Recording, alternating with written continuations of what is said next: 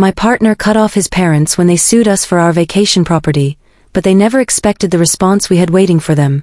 You're doing what? My voice cracked as I stared at my future mother-in-law standing in our living room, uninvited, unwanted, and clutching legal documents like they were weapons. It's not personal, Savannah, Diane said, her voice dripping with false sweetness. That lake house should belong to the family, not just you two. We bought it with our own money, I shot back, my hands trembling. Money that should have secured the family's future, Gregory added, adjusting his glasses. Diane and I have rights to that property. You have zero rights. Get out of our house. Hi, my name is Savannah. Today, I'm going to tell you about the nightmare that nearly destroyed everything my partner and I built together. But before I continue, please like, share, and subscribe to hear more stories like this. Let me take you back to where this all started. I met Caleb 3.5 years ago at a medical technology conference in Denver. He was presenting research on cardiac imaging innovations, and I was there representing my hospital's cardiology department. We bonded over terrible conference coffee and our shared frustration with keynote speakers who couldn't stay within their time slots. Caleb came from what I initially thought was a warm, close-knit family.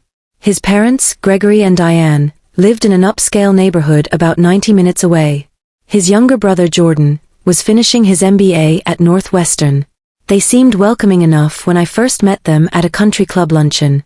So Savannah, Diane said, delicately spreading butter on her croissant, Caleb tells us you're making quite a name for yourself in cardiac research. I'm doing my best. The hospital's been incredibly supportive of my work. Gregory nodded approvingly. Research is valuable, though I imagine the real money is in private consulting. Dad, Caleb warned. I'm simply saying you both have tremendous potential. You could be earning triple what the hospital pays. I forced a polite smile. We're happy with our choices. Everything seemed normal enough. Standard family conversation. Or so I thought. But there were warning signs I didn't recognize at first. The way Diane would casually ask about my compensation package. How Gregory would mention his connections in the medical industry, suggesting he could have secured Caleb something more lucrative. The way they'd walk through our condo like real estate appraisers, rather than visiting their son. You could afford something more impressive than this, Diane once remarked, running her finger along our kitchen counter like she was checking for dust. We love our place, Caleb had replied firmly. I'm just saying, presentation matters in your professions. The first real warning sign came about 7 months into our relationship. Caleb and I had been saving aggressively because we both wanted to invest in property, specifically, a vacation home.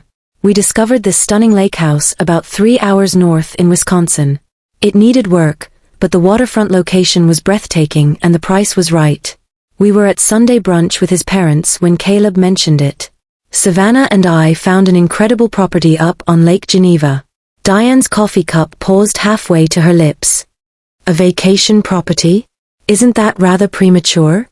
We've analyzed all the financials, I explained. It's actually a smart investment with the summer rental potential.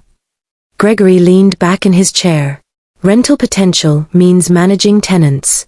Strangers damaging your property. Insurance complications. We've considered that, Dad. We might rent it occasionally, but primarily it's for us. Seems like substantial capital to lock up in a secondary residence, Diane said. What about your retirement portfolios? Caleb sighed. They're fully funded, Mom. We're not being irresponsible. I didn't say irresponsible. I said premature. The tension was unmistakable. But we purchased the lake house anyway. It was perfect. 3 bedrooms, wraparound deck, floor-to-ceiling windows overlooking the water, even a private dock. We spent weekends driving up, renovating the kitchen, refinishing the oak floors, transforming it into our private sanctuary. Then the complications started. Caleb's parents began hinting about visiting, not requesting, expecting. That lake air must be therapeutic, Diane mentioned during a phone call Caleb had on speaker while we unpacked groceries. It really is, Mom. We absolutely love it there. Your father's been so overwhelmed with work lately. A lakefront retreat sounds perfect for his stress levels. Maybe eventually. We're available next weekend. Caleb glanced at me. I shook my head slightly. Next weekend doesn't work for us, Mom. Oh? Why not? We already have plans. Plans at your lake house? Surely there's room for family. That first visit, when it eventually happened, was exhausting. Diane walked through the lake house like a building inspector, mentally cataloging everything. This furniture seems rather casual, she observed. It's a lake house, Mom. That's the aesthetic. And only 2 full bathrooms? What about when you have guests? There's an outdoor shower, I said. Still seems inadequate. Gregory spent his time questioning our renovation decisions. You did this work yourselves? Should have hired professionals. Could impact resale value. We're not planning to sell, Dad. Plans change. You should always consider exit strategies. The weekend felt less like a family visit and more like a property assessment. When they left, Caleb was drained. I'm sorry about them, he said. They're always like this. Nothing's ever quite good enough. About 9 months later, we got engaged. We'd planned it thoughtfully, designed the ring together, the whole 9 yards. We decided to tell his family in person at an upscale steakhouse downtown. We have some news, Caleb said after the appetizers arrived. Savannah and I are getting engaged. Jordan beamed. Finally. Congratulations, you two. But Gregory and Diane just exchanged glances. Engaged. Diane repeated. Yes, we're getting married. When did you decide this? We've been discussing it for months. And you didn't think to mention it? I felt Caleb tense beside me. We're mentioning it now, Mom. We wanted to tell you in person. Gregory cleared his throat. What about prenuptial agreements? Asset protection? Seriously, Dad? Caleb asked. I'm being practical. You both have considerable assets. You need to protect yourselves from each other. I couldn't hide my irritation. From each other? From possibilities, Diane said smoothly. Divorce rates are substantial, especially in demanding careers like yours. What should have been a celebration transformed into a business negotiation. Jordan tried to salvage the atmosphere, but the damage was done. Later in the car, Caleb was furious. Not even a congratulations. Just straight to divorce statistics. They're concerned, I said, though I was hurt too. No, they're controlling. They've always been this way. Wedding planning brought additional conflicts. We wanted something intimate, maybe 75 people, outdoor ceremony, elegant but not extravagant. Diane had different ideas. 75 people? That's impossible. Your father has business colleagues. I have the hospital foundation board. The guest list is already at 200. It's our wedding, Mom, not a networking opportunity. Don't be naive, Caleb. Weddings are always networking opportunities. The arguments escalated. Diane wanted input on everything, vendors, flowers, music. Gregory kept raising financial concerns, asking pointed questions about our assets.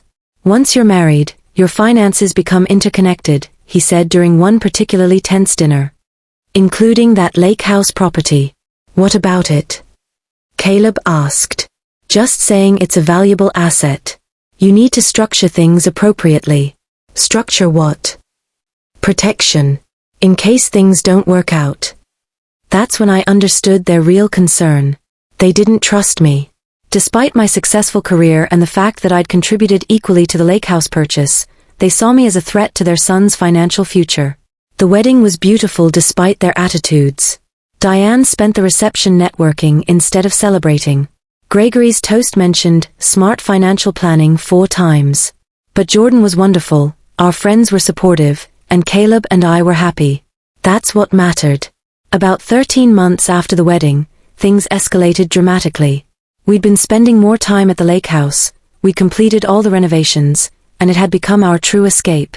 Then Caleb's parents started demanding to use it. Your father needs an escape from the city, Diane announced during a call. We'll use the lake house next weekend. Not asking. Announcing. Next weekend we'll be there, Mom. The weekend after, then. We really prefer to keep it private. Caleb, we're family. Family shares. Don't be selfish. We reluctantly agreed to let them use it once. We left detailed instructions about the security system, the temperamental water heater, the gas fireplace. We even stocked the refrigerator for them. When we went up 2 weeks later, things were different. Furniture had been rearranged. Our personal belongings had been relocated to closets. They'd even changed the thermostat settings. Did your parents redecorate our lake house? I asked. Caleb was staring at the living room where our framed photos had been replaced with generic lake prints. Apparently. He called Diane immediately. Mom, did you rearrange our lake house? Just a few improvements. The flow was all wrong. It's our lake house. Our flow. No need to be dramatic. I was helping. That was the last time they used it alone. But the requests kept coming. Diane started telling people about the family lake house, which led to her sister calling to book a weekend. The what? I asked when Caleb told me. Apparently we own a family lake house now. Funny. I remember writing a check for a private lake house. Yeah, well, my mother has rewritten history.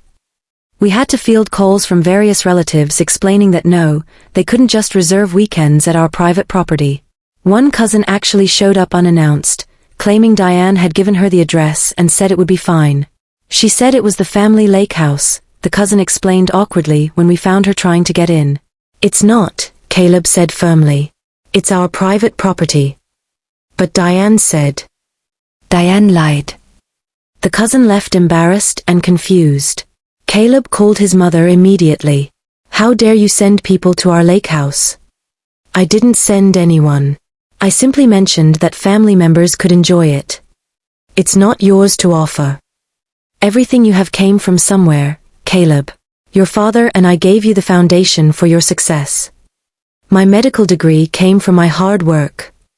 Who paid for your undergraduate education? Who bought you that Jeep so you could get to classes?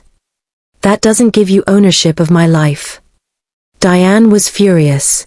You're breaking family bonds. Hoarding resources instead of sharing them. It's not a resource. It's our home.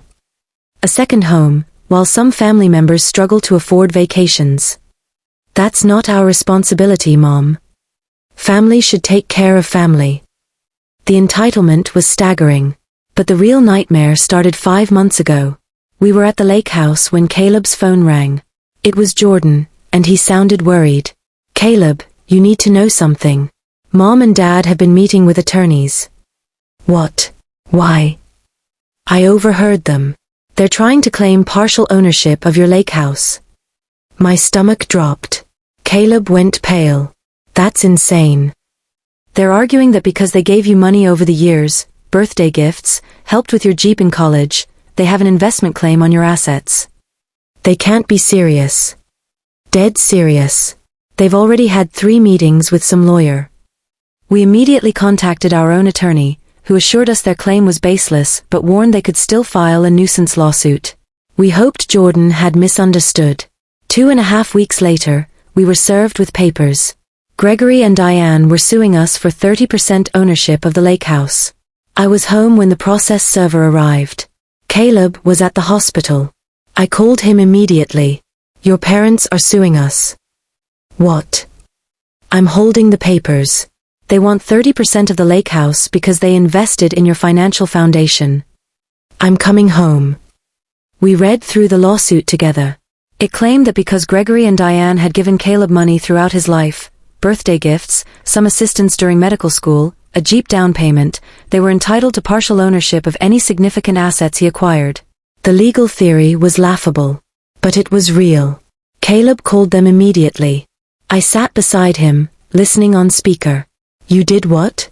You're suing us. Diane's voice was calm. It's not personal, Savannah.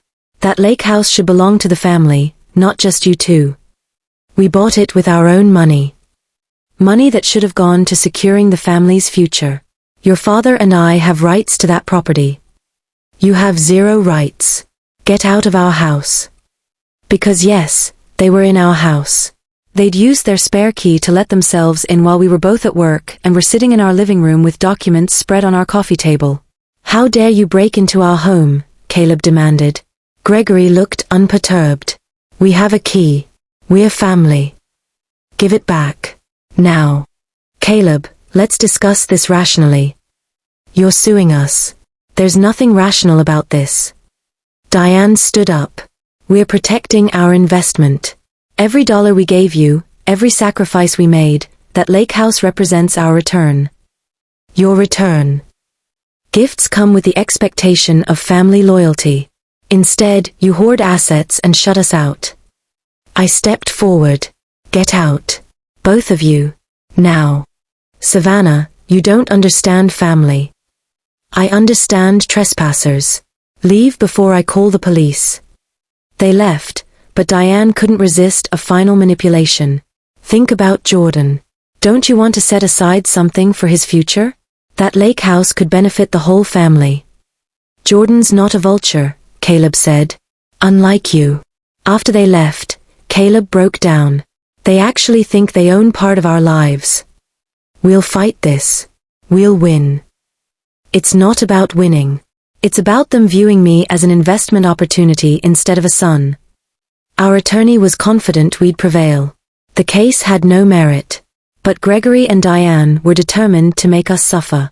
They filed motion after motion, demanded discovery, tried to drain us financially and emotionally. The legal bills mounted. The stress was enormous. Caleb stopped sleeping well. I developed migraines. But we refused to settle. During depositions, the truth emerged. Gregory and Diane had been planning this for years. They'd kept records of every gift, every meal they'd paid for, calculating what they called their parental investment return. You documented birthday presents? Our attorney asked during Diane's deposition. Of course. Good parents track their children's assets. Assets or gifts. There's no difference when it comes to family. They'd even created spreadsheets. $20 here, $70 there, the Jeep down payment, partial tuition assistance, all tallied up with interest. They determined that their investment in Caleb totaled nearly $40,000 over his lifetime. And they wanted their 30% return via the lake house. This is insane, Caleb whispered to me during a break.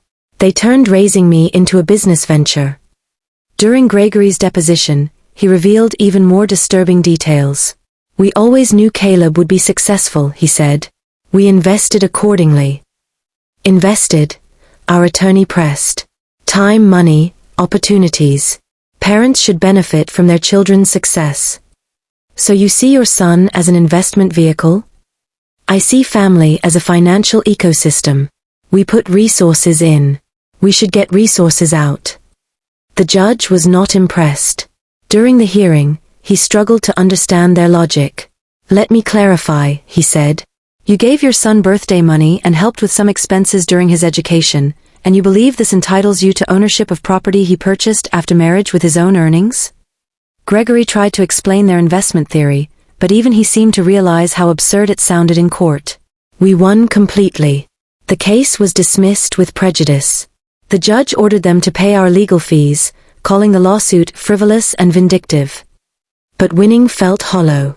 Caleb's relationship with his parents was destroyed. The family was shattered. Jordan supported us, which led to his own confrontation with them. They're calling me a traitor, he told us over dinner, for having a conscience. For choosing you over money. The fallout was extensive.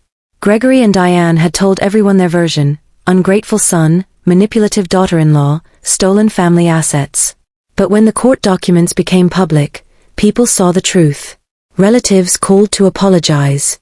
Friends expressed shock.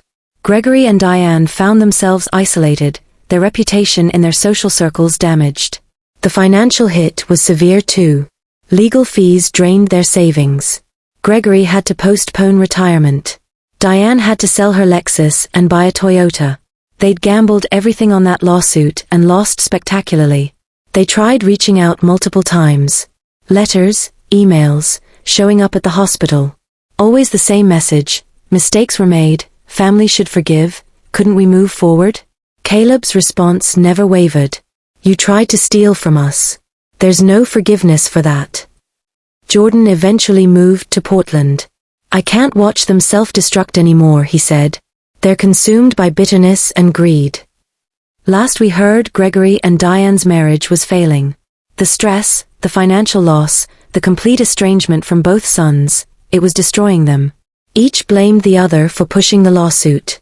Diane made one final attempt, sending a long letter about how she'd only wanted what was best and how hurt she was by our cruelty. Caleb sent back a one-line response, "You sued your own son. Live with it. We still have our lake house. We've made more improvements, created countless memories, and occasionally let Jordan use it when he visits. It's our sanctuary, built with our hard work and our dreams." Gregory and Diane wanted to claim ownership of what we'd built. Instead, they lost ownership of what truly mattered, their relationships with their children. Their greed cost them everything real while chasing something they had no right to. Some people believe family means you're entitled to share in success you didn't earn. That DNA is a deed of ownership to your achievements. But real family celebrates your success without trying to steal it. Real family respects what you've built instead of demanding a piece of it. Caleb and I are stronger than ever. We're building our life surrounded by people who support us rather than exploit us. His parents wanted to sue their way into our assets. Instead, they sued their way out of our lives forever. So here's my question for you. If your own family tried to legally steal something you worked hard for, would you ever be able to forgive them? Or are some betrayals simply too deep to come back from?